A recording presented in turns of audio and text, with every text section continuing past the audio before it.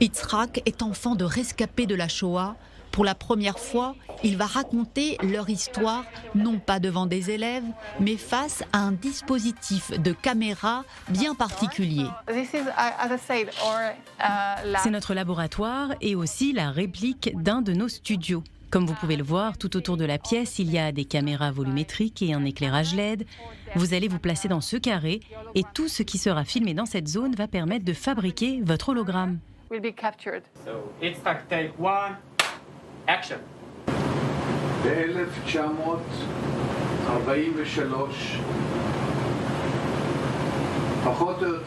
En 1943, au moment des fêtes de Pessah, ma mère était dans sa maison en Transylvanie, quand tous les Juifs de sa région ont été rassemblés dans un camp.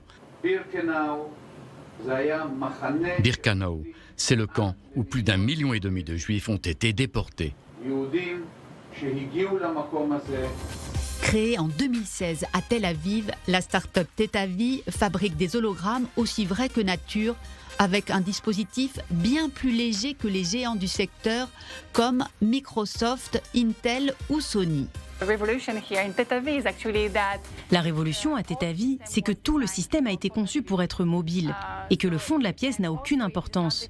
Une fois que la personne est scannée, tout est basé sur l'intelligence artificielle. Ce qui est formidable, c'est que nos algorithmes s'améliorent sans cesse et apprennent entre 2 captures vidéo, ce qui nous permet un rendu très fidèle à l'original. L'hologramme ainsi créé peut être diffusé sur de nombreux supports, comme un téléphone portable, un casque de réalité virtuelle ou encore projeté en 3D sur une scène. Maintenant, vous pouvez voir votre hologramme debout à côté de vous.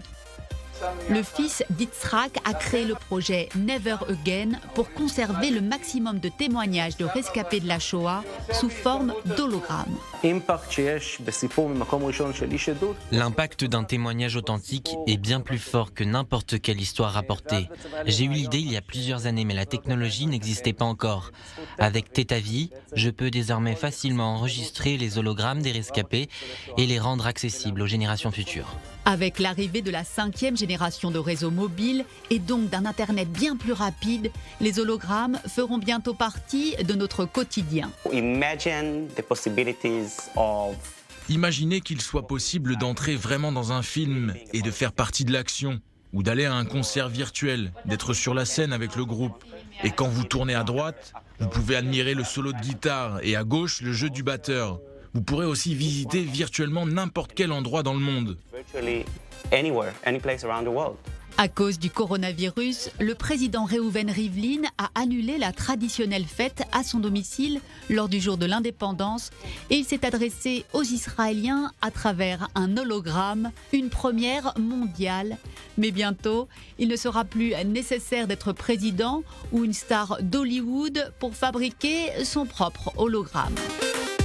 Voilà, c'est très spectaculaire. On va essayer de comprendre un peu comment ça marche. Si elle veut bien nous donner les secrets. Marilyn Bokhara-Levi, bonsoir. Vous êtes chef des opérations chez Tetavi, qui est donc cette start-up israélienne basée à Ramat Gan et qui développe donc ce procédé. D'ailleurs, à quoi ça sert concrètement un hologramme aujourd'hui? Qu'est-ce que c'est l'application la plus concrète qu'on peut en faire? Alors, c'est vrai que pour certains, ça peut paraître encore un peu futuriste, mais on y est déjà maintenant. L'application des hologrammes 3D.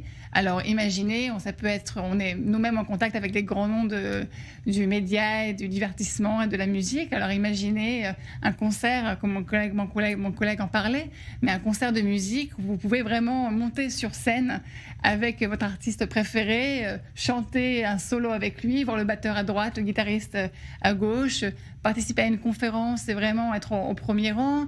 On parle bientôt, maintenant c'est ce que essaye de faire Tetavi, c'est qu'on essaye vraiment de démocratiser l'accès à la capture de vidéos volumétriques, donc c'est le terme technique qu'on appelle, et c'est comme ça qu'on appelle ça. Et au bout du compte, bientôt, dans quelques années, imaginez que votre conférence vidéo soit remplacée par une conférence de vidéo volumétrique, donc ne plus parler à votre interlocuteur par écran interposé, mais au sein de votre salon et voir un hologramme 3D et pouvoir parler comme ça à votre collègue ou aux membres de votre famille. C'est ce qu'on voit dans des films, en fait, depuis quelques années, mais on y est aujourd'hui. On y est, là, tout arrive, on est vraiment au sein de ce que j'appelle une synergie catalysatrice entre le développement des réseaux 5G, qui vraiment sont favorables à ça, avec le débit de transmission rapide, la faible latence, et aussi tous les terminaux de réalité augmentée, de réalité virtuelle, qui deviennent moins chers, plus légers, plus accessibles.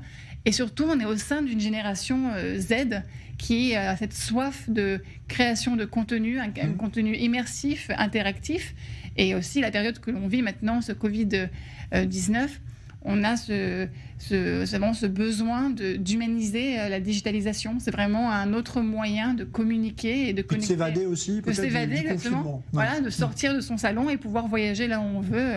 La capture volumétrique nous permet d'assister au concert même sans pouvoir sortir. De quoi on a besoin finalement? Ça peut être accessible avec un simple portable comme ça? Alors,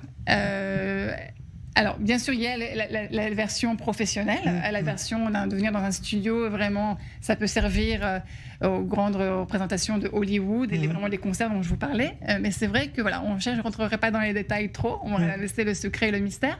Mais c'est vrai, bientôt, chaque consommateur pourrait créer son propre contenu volumétrique par le biais d'une simple caméra, une caméra à portée de main. Ouais, c'est ce qu'avait fait d'ailleurs le président Rivlin, c'était accessible. Voilà, le président Rivlin justement est venu dans notre studio parce que justement en temps de Covid, on ne pouvait pas mettre en place tous les événements du jour de l'indépendance. Donc le bureau du président a eu cette idée ensemble et nous on était bien sûr les premiers à mettre la main dessus. Et donc on a invité M. Rivlin dans notre studio et il a pu vraiment enregistrer son message aux citoyens israéliens. Et chaque citoyen israélien a pu aussi faire un selfie ou s'enregistrer une vidéo et voir le président Rivlin dans son salon. Donc c'était vraiment impressionnant et en l'espace de même 3 jours, on a eu des centaines de milliers de téléchargements. Donc vraiment un engouement. Vous pouvez rentrer sur la page Facebook du président Rivlin et voir l'album avec les gens qui ont fait ce hashtag moi et le président et ont pu mettre leur selfie avec le président dans leur salon. C'est vrai que c'était très bien fait, effectivement, j'ai vu ça de près. Alors, un dernier mot très court, mais vous êtes implanté dans le monde entier aujourd'hui, vous êtes Tetavi, c'est une start-up dont on parle partout? Alors Tetavi a été fondée en 2016, on est sorti du stealth mode en 2019 et là c'est vraiment la grande expansion. On a eu la chance dans ces dernières années d'avoir un grand investissement, on a le dos de grands investisseurs et de grands partenariats et donc là on va voir dans l'année qui arrive une montée exponentielle de nos effectifs et donc voilà, beaucoup de choses excitantes vont arriver. Bravo à vous en tout cas, à toute l'équipe, Tetavi, Marilyn Bocara-Levy qui est chef des opérations dans cette start-up de Ramat Gan.